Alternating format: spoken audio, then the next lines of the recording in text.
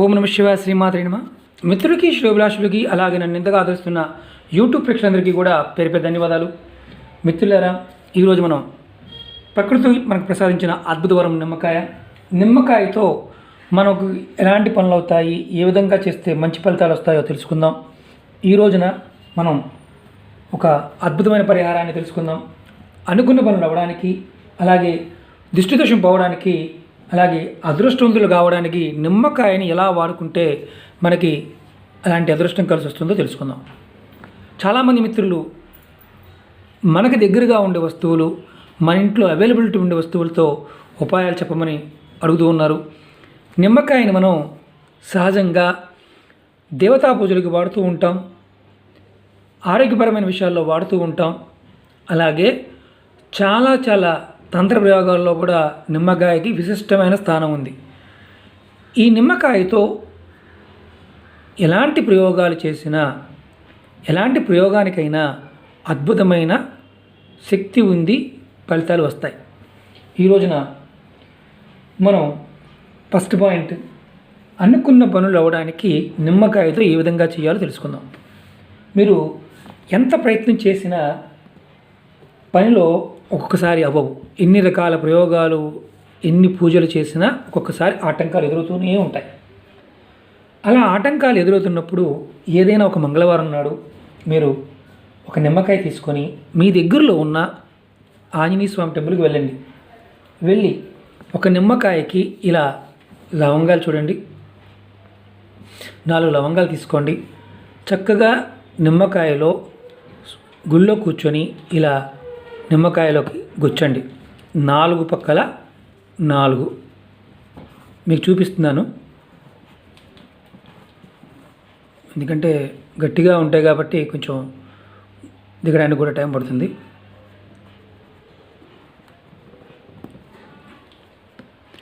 అనుమానం రావచ్చు. మనకి 4 దిక్కుల 4 పెట్టిన తర్వాత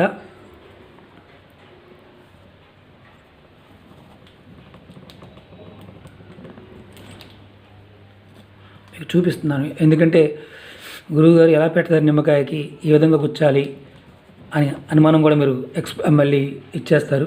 అందుకనే చూపిస్తున్నాను, చూడండి. ఇప్పుడు 4 దిక్కులు 4 పెట్టాం, అంటే తూర్పు, పడమర, ఉత్తరం, దక్షిణం. ఇలా పెట్టిన తర్వాత మీరు స్వామివారి గుళ్ళో కూర్చొని పూజాది అంటే స్వామివారికి నమస్కారం చేసుకొని పూజాది కార్యక్రమాలు చేయించుకున్న తర్వాతనే చేసుకోవచ్చు. ఇది ఆంజనేయ స్వామి గుళ్ళోనే చేయాలి. మీరు నమస్కారం చేసుకున్నారు, పని అయిపోయింది, కూర్చున్నారు, నిమ్మకాయలో 4 లవంగాలు గుచ్చారు. ఇప్పుడు ఏం చేయాలి? మీ మనసులో ఉన్న ఏదైతే పని ఆగిపోయిందో, పనిలో ఆటంకాలు ఏర్పడుతున్నాయో ఆ ఆటంకాలు పాయింట్ ఆఫ్ వ్యూలో మనసులో చెప్పుకోండి. స్వామి, ఇలా చేత్తో పట్టుకోండి, కుడి చేత్తో పట్టుకోండి. ఇలా పట్టుకొని, స్వామి, నేను చేస్తున్న పనులు నాకు ఆటంకాలు ఎదురవుతున్నాయి, నా ఆటంకాలని తొలగించి నాకు పని పూర్తయ్యే విధంగా వరం ప్రసాదించు అని కోరుకొని, మీరు ఏదైతే ఈ నిమ్మకాయని చేత్తో పట్టుకున్నారు కదా, అలా పట్టుకొని స్వామివారిని 108 సార్లు మనసులో తలుచుకోండి.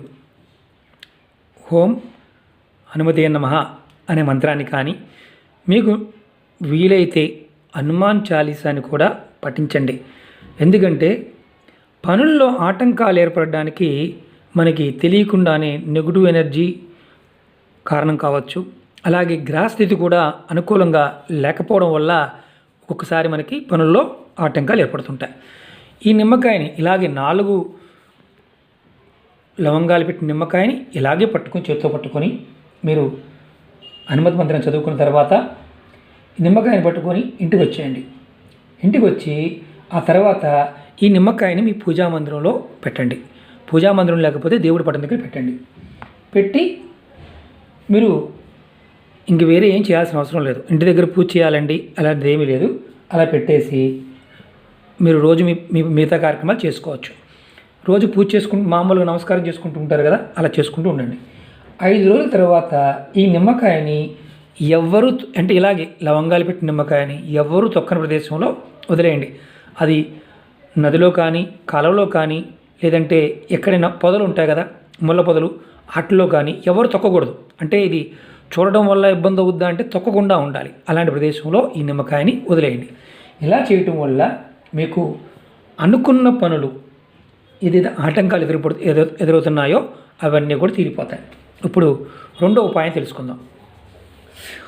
మనం సహజంగా దిష్టి తగులుతుంటుంది. ఎంతగా అంటే ఎన్ని రకాల ప్రయత్నాలు చేసినప్పటికీ కూడా దృష్టి పోదు. ఇబ్బంది పడుతూ ఉంటారు. చిన్నపిల్లలు కావచ్చు, పెద్దవాళ్ళు కావచ్చు, ఎవరైనా కావచ్చు. మనం ఉప్పుతో దిష్టి తీస్తుంటాం, కానీ ఒక్కొక్కసారి తగ్గదు. అలాంటప్పుడు ఒక నిమ్మకాయ తీసుకొని ఎవరికైతే దిష్టి తగిలిందో వారికి తలపై నుంచి కిందకి 7 సార్లు దిష్టి తీయండి, తిప్పండి. ఆ తర్వాత ఈ నిమ్మకాయని 4 ముక్కలుగా కట్ చేసి ఎవరిని తొక్కని ప్రదేశంలో 4 దిక్కులకి పారవేయండి. అంతకుముందు వీడియోలో కూడా మనం చెప్పుకున్నాం అభివృద్ధి పాయింట్ ఆఫ్ వ్యూలో. ఇది కూడా అలాగే 4 దిక్కులకి పారవేయండి. ఇలా చేయటం వల్ల ఏమవుతుందంటే మీకు దిష్టి దోషం తగ్గడానికి అవకాశం ఉంటుంది. అలాగే దిష్టి కూడా పోతుందని శాస్త్రం చెప్తుంది. అంటే ఎందుకు తొక్కకూడదు నిమ్మకాయ ముక్కల్ని అంటే, తొక్కడం వల్ల ఆ దోషం అనేది మిగతా వాళ్ళకి తగలడానికి అవకాశం ఉంటుంది. అందుకని నిమ్మకాయలు అంటే మనకు చాలా బయట చూసిన భయపడుతుంటాం. దీనికున్న ఆ నిమ్మకాయకి మనకున్న అంత అనుబంధం ఉంది. అలాగే ఇంకొక ఉపాయం చెప్పుకుందాం. అదృష్టవంతులు కావాలంటే ఏం చేయాలి? జాతకాన్ని పరిశీలింప చేసుకున్నామండి, పూజలు చేశామండి, ఎన్నో చేశామండి, చేస్తున్నప్పటికీ కూడా ఎన్నో ఉపాయాలు ఆచరిస్తున్నామండి, కానీ కలిసి రావడం లేదు. ఏం చేయాలి?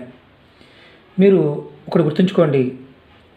మన జాతకంలో గ్రహానుకూలత లేకపోయినా, పూర్వకర్మలు సరిగా లేకపోయినా, మనం ఎదుటి వారి మీద ఎంతసేపు అంటే మనం అనుకుంటూ ఉంటాం వాడు మన మీద ఏడుస్తున్నాడని, తెలియకుండానే మనమే వాడి మీద ఏడుస్తూ ఉంటాం. పలానా వాడు అంత సంపాదించాడండి, పలానా వాడు ఇంత సంపాదించాడండి, వాడు నాకన్నా వెనకొచ్చాడండి, కానీ నన్ను బాగా సంపాదించాడండి, నేను సంపాదించలేకపోయాను మనం అనుకుంటాం. కంపేర్ చేస్తూ ఉంటాం. అది కంపేర్ టు అనడం కంటే కూడా అవతల వాడి మీద ఏడుపు అనుకోవాలి, అదే జలస్ అనుకోవాలి. మనం వాడి మీద ఏడుస్తున్నాం అర్థం. అలాంటి మానసిక స్థితి ఉన్నప్పుడు ఏమవుతుందంటే మనకు తెలియకుండానే మనం చేసే పనులు మన అదృష్టం అనేది దూరం అయిపోతూ ఉంటుంది. ఎవరైనా సరే ఒక వ్యక్తి బాగా బాగుపడ్డాడు అనుకోండి, భగవంతుడు వాడికి సహాయం చేశాడు, మంచి ఎదుగుదల వచ్చింది అని మీరు అనుకోవాలి. అదే మీ లెవెల్లో ఉన్నాడు అనుకోండి, వాడితో మంచి సావాసం చేయాలి. మీకన్నా తక్కువ ఉన్న వాడి మీద సానుభూతి చూపించాలి. అంతేగాని చిన్నచూపు కానీ లేకపోతే అవతల వాడిని కంపేర్ చేయడం కానీ చేయడం వల్ల ఏమవుతుందంటే మన అదృష్టం మనకు దూరం అవుతుంది. ఇది శాస్త్రం చెప్తున్న మాట మిత్రులారా, అన్నిదా భావించద్దు. అలాగే ఈ ఉపాయాన్ని ఎవరైనా సరే చేత్తో పట్టుకొని నిమ్మకాయకి మచ్చలు ఉండొచ్చా అని అనుమానం కూడా ఉండొచ్చు, ఇబ్బంది లేదు. చేత్తో పట్టుకొని ఎవరికి వారు మీ తలపైన అంటే మనం ప్రదక్షిణ చేస్తాం కదా, అలా కాకుండా దిష్టి తీసుకుంటాం ఆపోజిట్లో. మన చేత్తో మనమే ఇలా ఇప్పుడు చూపిస్తాను మీకు. అదిగోండి, మీరు అనుకోండి ఇలా ఉంది కదా, ఇలా మనం ప్రదక్షిణ చేస్తాం. దీన్ని ఆపోజిట్లో ఇలా తిప్పుకోవాలి, తల చుట్టూతా ఇలా తిప్పుకోవాలి. తిప్పుకొని 7 సార్లు తిప్పాలి. ఆ తర్వాత నిమ్మకాయని 2 ముక్కలుగా కట్ చేయండి. 2 ముక్కలుగా కట్ చేసి ఈ 2 ముక్కలని ఈ ముక్క అంటే మీకు చూపిస్తాను. నేను నిమ్మకాయ కట్ చేసి చూపిస్తాను.